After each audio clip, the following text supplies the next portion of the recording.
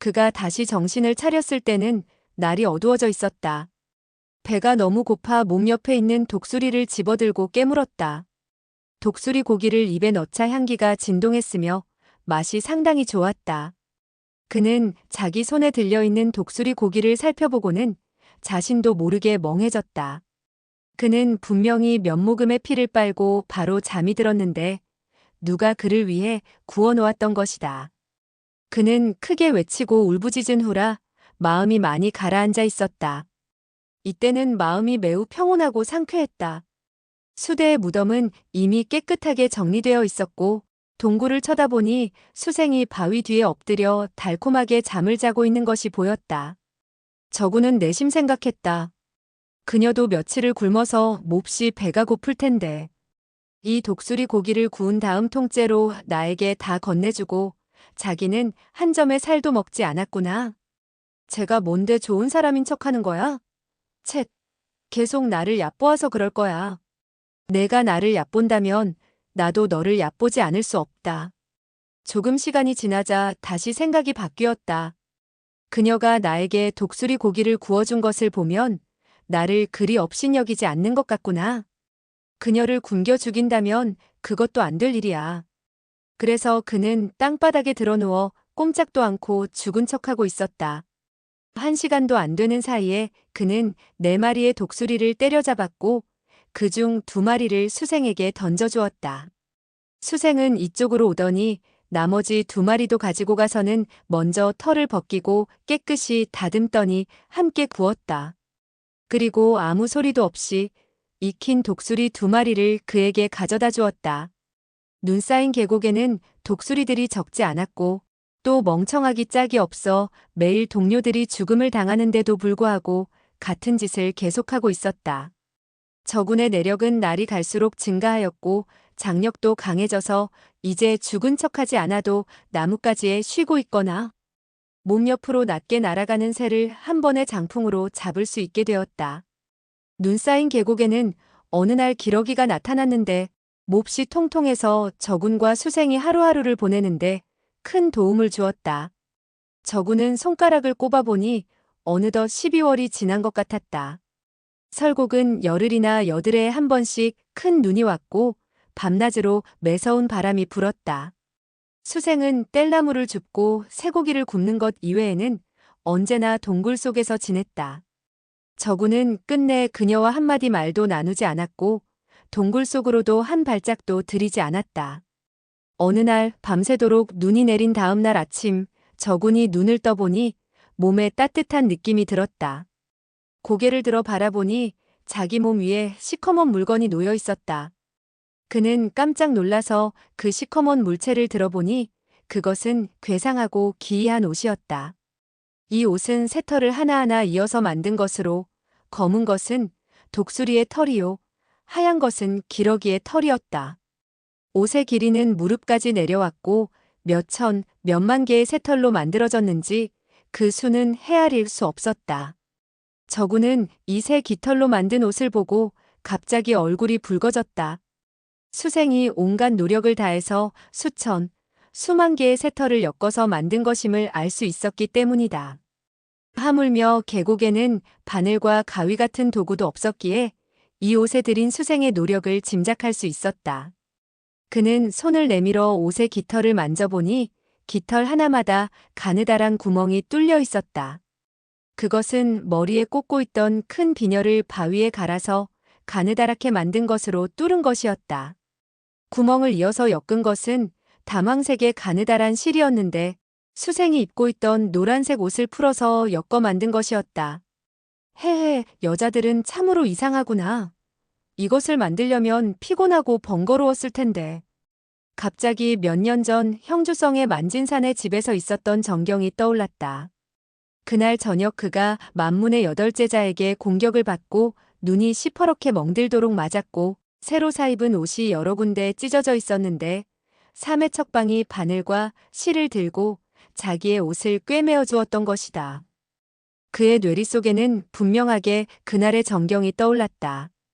척방은 그의 몸 가까이에서 옷을 꿰매고 있었으며 그녀의 머리카락이 그의 얼굴을 간지럽혔다. 그는 얼굴이 머리카락으로 인해 근질근질했으며 코 속에는 그 소녀의 담담한 향내가 느껴졌다. 그때 저군이 그녀를 불렀다. 삼해. 척방은 그때 대답했다. 공심채 말하지 마세요. 사람들로 하여금 당신을 도둑이라고 여기게 하지 마세요. 그는 여기까지 생각하자 목구멍으로 다시 뜨거운 것이 올라오는 것 같았고 눈물을 글썽거렸다. 그는 내심 생각했다. 과연 다른 사람은 나에게 도둑이라는 누명을 씌웠다.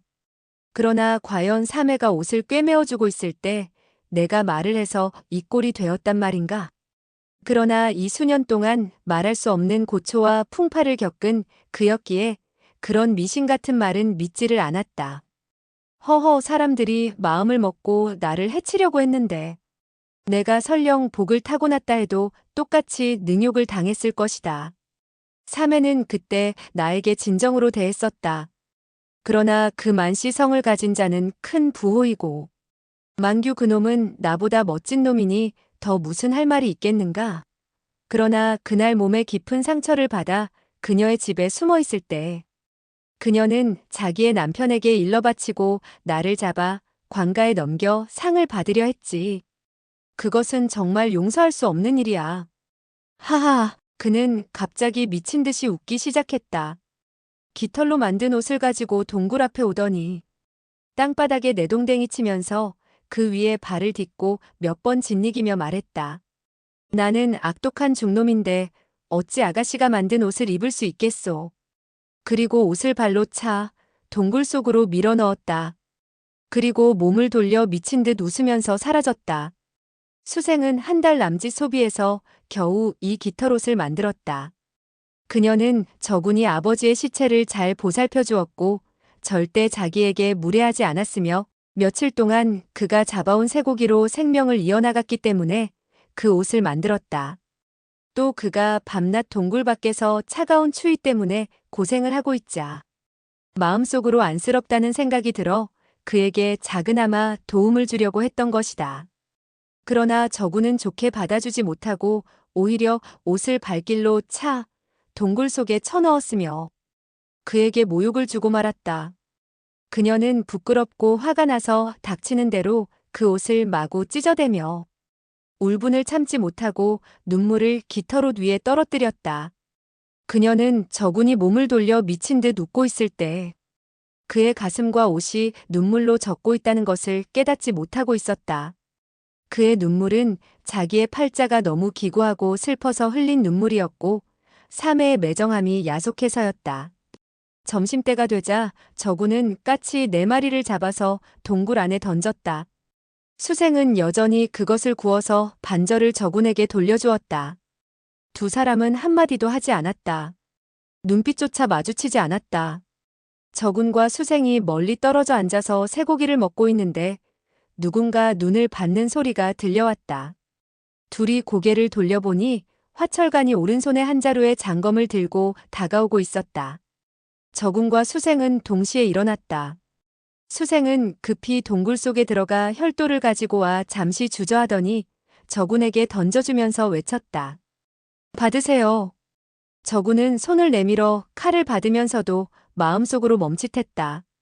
그녀가 어째서 나에게 이 칼을 주는가? 생명처럼 귀중한 것인데. 그녀가 나보고 목숨을 걸고 화철간을 막으라고 하는 모양인데 쳇. 나도 좋은 중놈이 아닐 텐데. 바로 이때 화철간은 이미 가까이 다가와서 껄껄 웃더니 말했다. 축하한다, 축하해. 저군은 눈을 부릅뜨고 말했다. 무엇을 축하한단 말이오? 화철간은 말했다. 두 남녀가 좋은 인연을 맺었으니 축하한다. 목숨처럼 아끼는 보도를 너에게 주었으니 다른 것도 바쳤을 것이 아니냐? 하하하, 하하하. 저군은 화가 나서 말했다. 사람들은 당신을 중원의 대엽이라고 부르던데 정말 아깝소. 알고 보니 대엽이 아니라 비굴하고 더러운 소인배였구려. 화철간은 킥킥거리면서 말했다. 비굴하고 염치 없기로 말하자면 당신 혈도문의 인물들이 나보다 더하면 더했지 못하지는 않을 것이다. 그는 말을 하면서 점점 가까이 다가오더니 킁킁거리고 냄새를 맡더니 말했다. 향기가 좋다. 향기가 무척 좋아. 나에게 새 한 마리만 주렴. 그가 만약 좋은 말로 달라고 했다면 저구는 틀림없이 주었을 것이다. 그러나 이때 그의 경박하고 비굴한 태도를 보자 속에서 화가 치밀었다. 당신의 무공은 나보다 높은데 혼자서 사냥을 못한단 말이오? 화철가는 웃으면서 말했다. 못한 게 아니라 게을러서 그렇지. 그 두 사람이 말을 하고 있을 때 수생은 저군의 등 뒤로 다가오더니 놀라 부르짖었다. 유아저씨, 유아저씨. 그녀는 화철간이 두 손에 유승풍의 장검과 육천서의 귀두도를 들고 있고 북풍이 휘몰아쳐서 화철간이 입고 있는 옷이 휘날리자 옷 속에서 육천서와 유승풍의 도포가 보이자 화철간이 두 명의 백부의 시신을 먹었다고 생각했다. 화철간이 말했다. 왜 유아저씨를 부르지? 수생은 말했다. 당신은 그들을 먹었군요. 그녀는 화철간이 두 사람의 시체를 찾아내어 다 먹었다고 생각하고 있었다. 화철간은 화가 나서 말했다. 너와 무슨 상관이 있느냐? 수생은 깜짝 놀라며 떨리는 소리로 말했다. 육아저씨와 유아저씨는 당신과 의형제를 맺지 않았나요? 화철간이 만약 새를 잡을 수 있었더라면 의형제의 시신을 결코 먹지 않았을 것이다. 그가 온갖 수단을 동원하여 몇 마리의 새를 잡아 며칠을 연명했으나 새는 더 이상 잡히지 않았던 것이다. 이날 그는 육천서와 유승풍의 시체를 다 먹고 손에 그들의 도와 검을 쥐고 저군과 수생을 죽이려 했던 것이다. 그리고 눈 속에 묻혀있는 수대와 혈도노조의 시체를 먹고 지낸다면 초여름까지 버틸 수 있을 것 같았다. 이때 그는 수생의 말을 듣자 얼굴이 새빨갛게 되었다. 또 쇠고기의 냄새를 맡자 침을 질질 흘리더니 갑자기 귀두도를 들어 큰 소리를 지르며 달려오면서 저군을 향해서 내리쳤다. 저군은 혈도를 들어막았다. 챙그랑 하는 소리와 함께 귀두도는 위로 튕겨져 나갔다. 귀두도도 역시 보도였는데 혈도처럼 예리하지는 못했다. 육천서와 혈도승이 싸울 때 이미 세 곳에 이가 빠져 있었는데 다시 혈도와 부딪히자 귀두도에 또 하나의 이빨이 나갔다. 화철간의 힘은 강하지 않았지만 무공은 심이 높았는지라 귀두도를 다시 휘둘러오자 저구는 밀릴 수밖에 없었다. 몇 초를 겨루자 저구는 연신 뒤로 밀렸다. 화철간은 추격하지 않고 고개를 숙이더니 저군이 먹다 남긴 익은 쇠고기를 집어들고 허겁지겁 먹기 시작했다. 그리고 연신 감탄사를 질렀다. 아, 좋다. 참 맛있어. 즐겨서 좋구나. 저구는 수생을 쳐다보았다. 두 사람은 모두 가슴속이 서늘해져 옴을 느꼈다. 화철간이 이번에 무기를 들고 도전하러 온 상황은 지난번과는 사뭇 달랐다. 맨손으로 격돌할 때는 저군이 그에게 몇 대 맞더라도 다만 상처를 입거나 피를 흘릴 뿐이지. 한 주먹에 죽을 염려는 없었다. 그러나 지금은 그의 손에 도검이 쥐어져 있었으므로 잘못하면 목숨을 잃을 위험이 있었다. 지난번 격돌할 때 수생의 손에 혈도가 쥐어져 있었기 때문에 겨우 지탱할 수 있었는데 지금 화철간의 손에는 두 개의 병기가 쥐어져 있었으므로 그것으로 이미 우세를 점하고 있는 것이었다. 화철간은 반마리의 쇠고기를 먹은 후에 아직도 미련이 남은 듯 뒤를 살펴보았다. 동굴 입구에 또 한 마리가 보이자 달려가서 깨끗이 먹어치웠다. 그는 옷소매로 입을 닦으며 말했다. 꺼맛 좋구나. 요리 솜씨가 일품이야. 하고서 몸을 돌리며 갑자기 몸을 날려 앞으로 다가와 저군에게 일도를 내리쳤다. 이 일도는 기습적이었고 날카로웠다. 저군은 졸지에 방비할 수 없어서 하마터면 머리가 반쪽이 날 뻔했다. 그는 급히 혈도를 들어 화철간의 귀두도를 막았다. 화철간은 저군의 내공이 자신을 훨씬 능가함을 알고 있었으므로 만약 두 개의 도가 부딪히면 자신의 손과 팔뚝이 마비될 것이라고 생각하고 귀두도를 돌려 옆으로 내리찍었다. 세초 사이에 저군은 이미 손과 발이 둔해졌으며 휙 하는 소리와 함께 오른쪽 팔에 귀두도에 의한 긴 상처가 생겼다. 수생은 급히 외쳤다. 싸우지 마세요. 싸우지 마세요. 화 아저씨, 제가 고기를 나누어 드릴게요. 화철가는 저군의 도법이 평범하여 삼류 수준도 되지 못하는 것을 보고 내심 한시라도 빨리 후환을 없애고자 작정했다. 그래서 즉시 손에 힘을 주면서 말했다. 조카야, 너는 이놈을 매우 아끼고 있지? 그렇지. 너는 왕가의 사촌 오빠를 잊지는 않았겠지? 그리고 다시 번개같이 삼도를 내리치니 저군은 가까스로 옆으로 피했다. 수생이 크게 외쳤다. 화 아저씨, 싸우지 마세요. 저군은 노에서 말했다. 이자를 그렇게 부르지 마시오. 내가 이기지 못하면 죽으면 될 것이 아니오. 그는 미치도록 화가 난 나머지 혈도를 들어 마구 내리찍었다. 그는 갑자기 오른손에 있는 혈도를 왼손에 움켜쥐더니 맹렬히 반격했다. 화철가는 이 미천한 작은 중이 이토록 오묘한 초식을 써서 반격해 오리라고는 생각지도 못했었다. 급히 머리를 돌려 피하려 했으나 귀두도 일장이 목덜미에 닿자 정신이 아득해졌다. 저구는 멈칫하면서 생각했다. 이것은 거지 할아버지가 알려준 이광식이다. 저구는 성공을 거두자 곧바로 작연식과 거검식의 초식을 사용했다. 화철관이 외쳤다. 연성검법이다. 연성검법이다. 저구는 다시 멈칫했다. 그날 형주성의 만씨 집안에서 만규 등 8사람과 검술 시합을 할 때 만진산도 연성검법이라고 했는데 당시 저구는 만진산이 엉터리로 말을 한다고 생각했다. 그런데 오늘 화철관과 같은 무림의 명숙이 말하자 정말로 이 검법이 연성검법이라는 생각이 들었다. 그는 혈도를 검으로 써서 제2, 제3초식을 연속 몇 번 사용하였다. 그러나 화철관의 무공이 어찌 만규나 노곤 등과 비교가 될 수 있겠는가? 화철관은 다시 저군이 세 번째로 거검식의 초식을 사용하며 혈도로 귀두도를 내리치려 했을 때 화철관은 발길질을 해서 정확하게 저군의 팔목을 적중시켰다. 저군의 혈도는 손을 벗어났고 화철관은 양손에 든 도와 검을 동시에 저군을 향해 찔러갔다. 팍팍 하는 소리가 나면서 두 개의 병기가 동시에 저군의 가슴에 적중했다. 그러나 저군은 오자미를 입고 있었기에 두 개의 병기는 저군의 몸을 파고들지는 못했다. 화철관은 지난번 단창이 저군의 몸에 들어가지 않은 이유를 저군의 몸에 쇠붙이가 있어서 창끝을 막았기 때문이라고 생각했다.